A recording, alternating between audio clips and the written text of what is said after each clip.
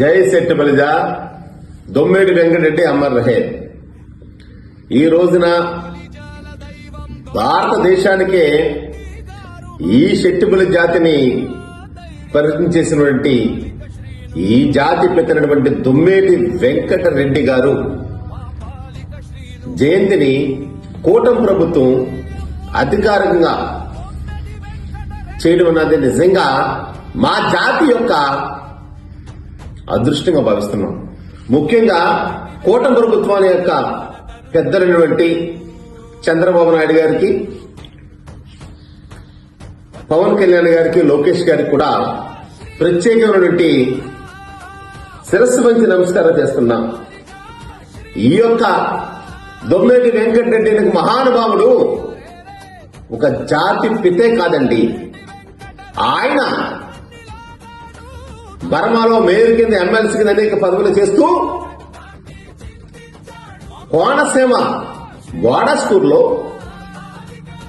ముద్దుబిడ్డగా జన్మించిన మహానుభావుడు అనేక మంది పేద పిల్లల కోసం, అంటే బడుగు బలహీన వర్గాల కోసం ఆయన మహానుభావుడు ఈ శెట్టిబలి జాతికే కాదండి, వాడా స్కూల్లో కానీ బర్మాలో కానీ అనేక వందలాది ఎకరాలు విద్య కోసం ప్రతి పిల్లోడుకు చదువుకోవాలని, బలహీన వర్గాల కోసం, పేద పిల్లల కోసం వందలాది ఎకరాలు దానం చేసినటువంటి మహోన్నతుడి సంఘ సంస్కృత శ్రీ దొమ్మేటి వెంకటరెడ్డి గారు ఆ యొక్క మహానుభావుడి యొక్క ఆశయాల కోసం తరువాతే ఆయన శెట్టిబలి జాతిని స్థాపించాడు 1920లో. ఆయన యొక్క విధానం ఏంటంటే ప్రతి పిల్లవాడు, పేదవాడు కూడా చదువుకుంటేనే మన తలరాత మారతాదని ఆ రోజుల్లో, అంటే 1853 మార్చి నెలలో ఆ మహానుభావుడు జన్మించినటువంటి స్థలం. అయితే ఇప్పుడు చెప్తున్నా, ఆయన ఒక శెట్టిబలి జాతి పితే కాదు, బలహీన వర్గాలు కూడా జాతి పిత. ఎందువల్ల చెప్తున్నాడంటే ఆయన పెట్టినటువంటి అనేక వందలాది ఎకరాల దానం చేసినటువంటి భారతదేశంలో 1853 తర్వాత ఉన్నటువంటి ఏకైక బలహీన వర్గాల ఆశా జ్యోతి శ్రీ దొమ్మేటి వెంకటరెడ్డి శెట్టిబలి జాతి పిత మనం అనుకుంటున్నాం కదా. ఆయన బలహీన వర్గాలకే జాతి పిత, బలహీన వర్గాల జాతి పిత తర్వాతే శెట్టిబలి జాతి పిత.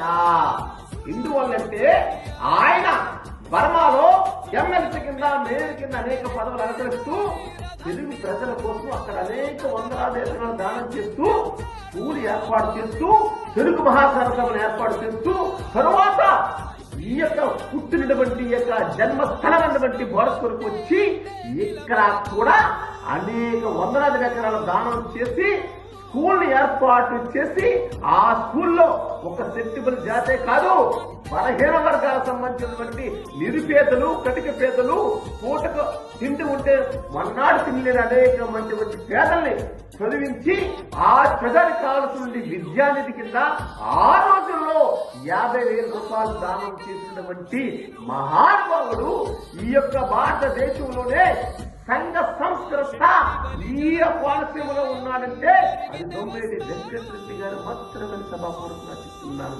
ఎందువల్లంటే అతను మా జాతి పిత. 1900లో శెట్టిబలి జాతిని సంఘాన్ని స్థాపించినటువంటి మహానుభావుడు ఈ యొక్క దొమ్మేటి వెంకటరెడ్డి గారిని కూడా సభాపూర్వకంగా తెలియపరుస్తున్నాను.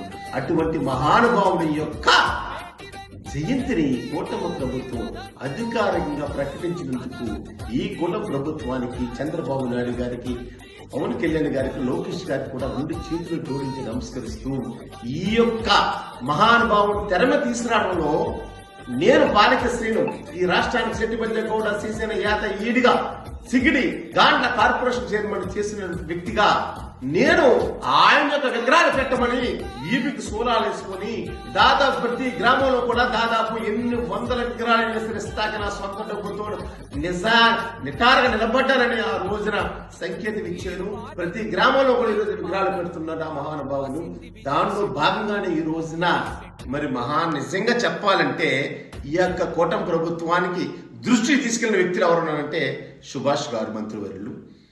తరువాత ఈ కులాల కోసం అనేక సంవత్సరాల క్రితం నుంచి కూడా పోరాటం చేస్తున్నటువంటి మహాయోధులైనటువంటి మహానాడు పెట్టినటువంటి పితాని సత్యనారాయణ రెడ్డి సుబ్రహ్మణ్యం గారి మంచి వ్యక్తులను కూడా ఈ రోజున వాళ్ళ ఆధ్వర్యంలో మరియు సత్యబాబు గారు కూడా దాన్ని కృషి చేశారు. కాబట్టి వీళ్ళందరి యొక్క సంఘం అంటే ఒక్క సంఘం అంటే దీంట్లో చాలా మంది వ్యక్తులు ఉంటారు. ఒక్కొక్క జిల్లా నుంచి ఒక్కొక్క నాయకుల సంఘంలో అనేక సంఘ నాయకుల కృషి వలన దొమ్మేటి వెంకటరెడ్డి గారు ఈ రోజున ముఖ్యంగా కూటమి ప్రభుత్వం అధికారంగా ప్రకటించారు. అధికారంగా ఈ యొక్క దొమ్మేటి వెంకటరెడ్డి గారి అధికారంగా జయంతి చేయాలని వచ్చినా దానికి హ్యాట్సాప్ చెప్తున్నాం. ఈ జాతి తరపున ఈ యొక్క మహానుభావునికి ప్రతి ఒక్కరు కూడా జాతులు అందరూ కూడా సరస్వతి నమస్కరిస్తూ ఆ జయంతి వేడుకలు ప్రతి గ్రామంలో పెట్టుకోవాలని కోరుకుంటూ, మీకు ఎవరికైనా విగ్రహం కావాలంటే ఎప్పటి నుంచో చెప్తున్నాను, నేను విగ్రహిస్తాను అట్టుకెళ్ళమని చెప్పుకుంటూ ఆ జయంతి చేయమని కోరుకుని నమస్కరిస్తున్నా.